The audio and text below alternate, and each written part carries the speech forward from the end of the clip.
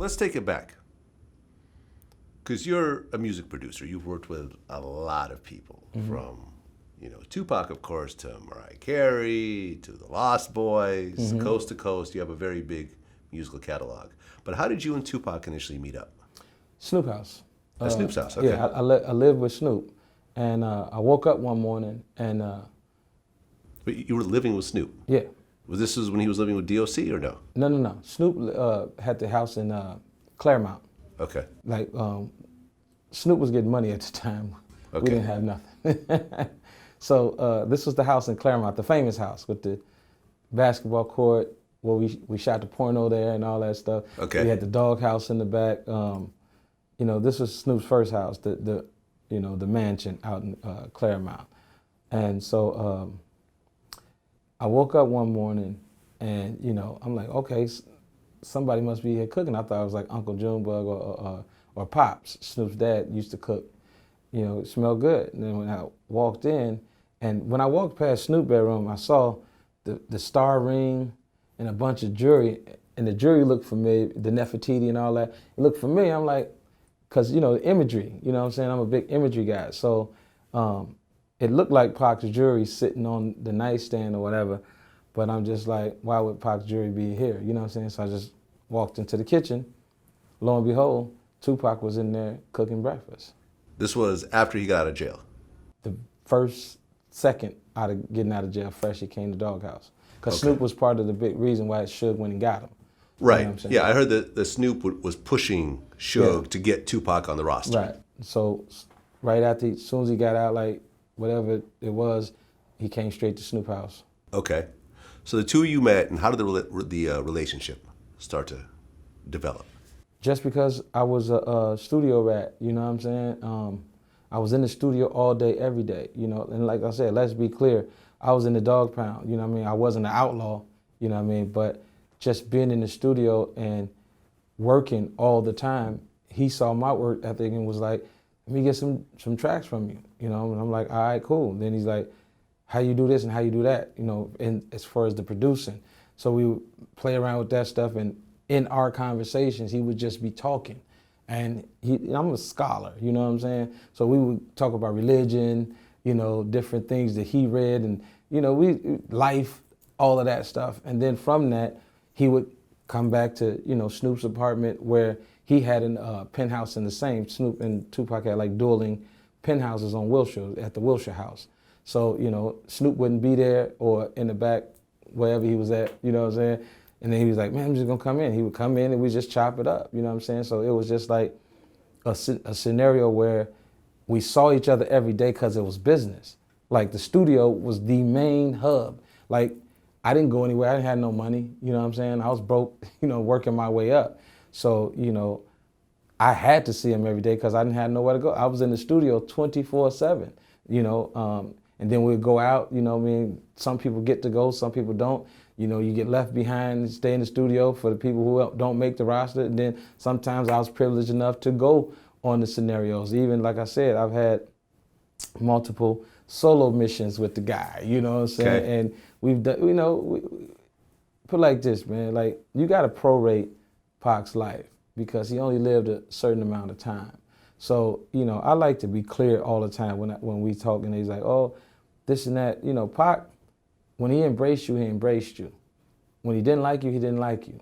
Our work atmosphere caused us to spend a lot of time. Pac knew certain things about certain people. So in hindsight, looking back, I often say, when I talk to Edie and them and I tell them something, and they're like, the only person that could have told you that is Pac. And he downloaded a lot of stuff like that, you know what I mean? Just in pure conversation, just like I talked to you in the garage coming out, we just had that conversation, not knowing why we had the deep conversation we had, because we always talk about the rims on my car, Right. and stuff like that. And we just began to talk, not ever understanding that, we'll be even interviewing and doing the things that we've been doing like this. Mm-hmm. So I think everything happened for a reason. So, my short stint with Pac was, like I said, one that I learned a lot of different lessons from the guy, and his passing kind of sparked something in me to make me realize certain things. And certain things he said, Pac was like a motivational speaker. I don't care who you was, like he was gonna put some energy and some cables on your back. So you either do it responsibly, you can react, or you could just go crazy. Because he'll like, you gotta do this, you gotta do that. Like he's like, you in the studio every day, you ain't got no money, no. Like, bro, he's like, you gotta take credit for your this and that. You know what I'm saying, man, you one of the dopest around. All of that, you know what I'm saying? So, my relationship with him was like that. Well, I'd heard that Tupac had this really interesting relationship with producers in general, that if you couldn't make beats fast enough, he would start getting angry and kick you out. Yeah, he didn't like the process. At that time, there was no computers and It was reel to reel. Yeah, it's a 2-track. It was a 24-track, the reels, Tascam. So in order to get the data onto the reel, you had to track out each individual scenario. And that means snare, 5 minutes, like literally in real time. You land the snare for 5 minutes, right? For the duration of the song. Right, through MIDI. At the time. MIDI tracking, some MIDI, but sometimes, you physically got to play it onto, because some machines wasn't even MIDI at the time. There's no MIDI for the Rhodes. You know what I'm saying? Yeah. And there's no MIDI for, like when the MPC and all of those things, some of those things made it easier but you still, before they came with the 8 stereo outs, you know what I'm saying? You only can do 8 instruments at a time out of the MPC. So that's still a pass, a couple of passes on that. And then you go with the other things that weren't MIDI, you got to put those down. So easily tracking a song, it was called tracking. Tracking a song could take you an hour or two easily. So when Pac comes in, likes the beat, starts to writing, and say, oh man, let's go. I'm ready to get in the booth. It's like, I gotta track it. Oh man, you know what I'm saying? You go berserk, because now he's ready, he hot, he ready to go. The flow is off. So his thing was always like, man, do that shit when I'm gone. You know what I'm saying? Make sure everything you play me is tracked already, which it made sense. Right. So we start, a lot of people around there start tracking it and just having it on the DAT. So when you play the DAT, that's what it really, like, he actually, that's some history.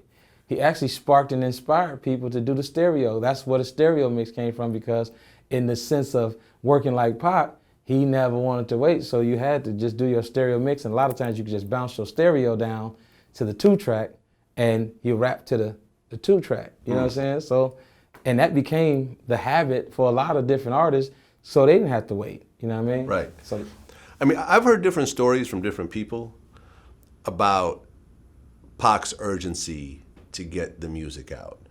Some people have told me that they had a feeling that Pac knew he wasn't going to be around for a long time, and he had to hurry up and get as much music out there as possible. Like, I forgot who it was that said that. I think it was E40 said Pac had planned albums to drop after he died and so forth. Other people, have given me different stories. They just said, Pac just was very quick in writing, and he just, wanted to hurry up and just, do music, and he was frustrated by the process, like you said. What did you see based on your I'm gonna say it like this. You got different sessions, and I was fortunate enough for him to say, I don't want anybody in this session.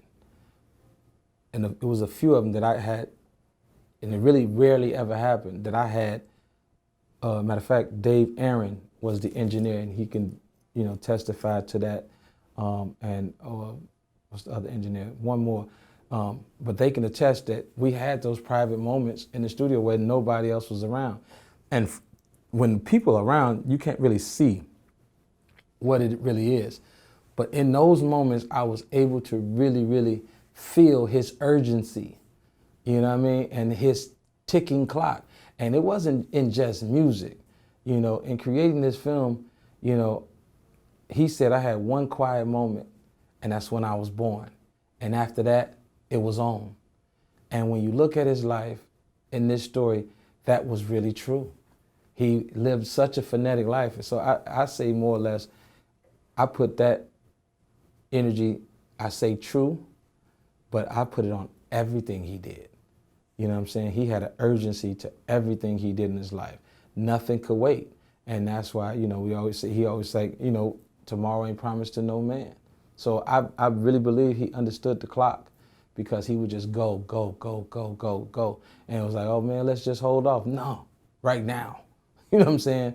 And I asked him one day, like, you know, how do you work like that? And that was the thing. Tomorrow ain't promised to no man. You know what I mean? That's why that statement in the movie, everybody like, man, that hit so hard. The cat said that to me. You know what I mean? Because I wanted to know, like, everything is so. So I was like, man, you're a ball of energy, man. Why you do it like you write and you just go in and you just record song? He said, man, tomorrow ain't promised to nobody. Yeah. And such a cliche, small statement, I got it just like that.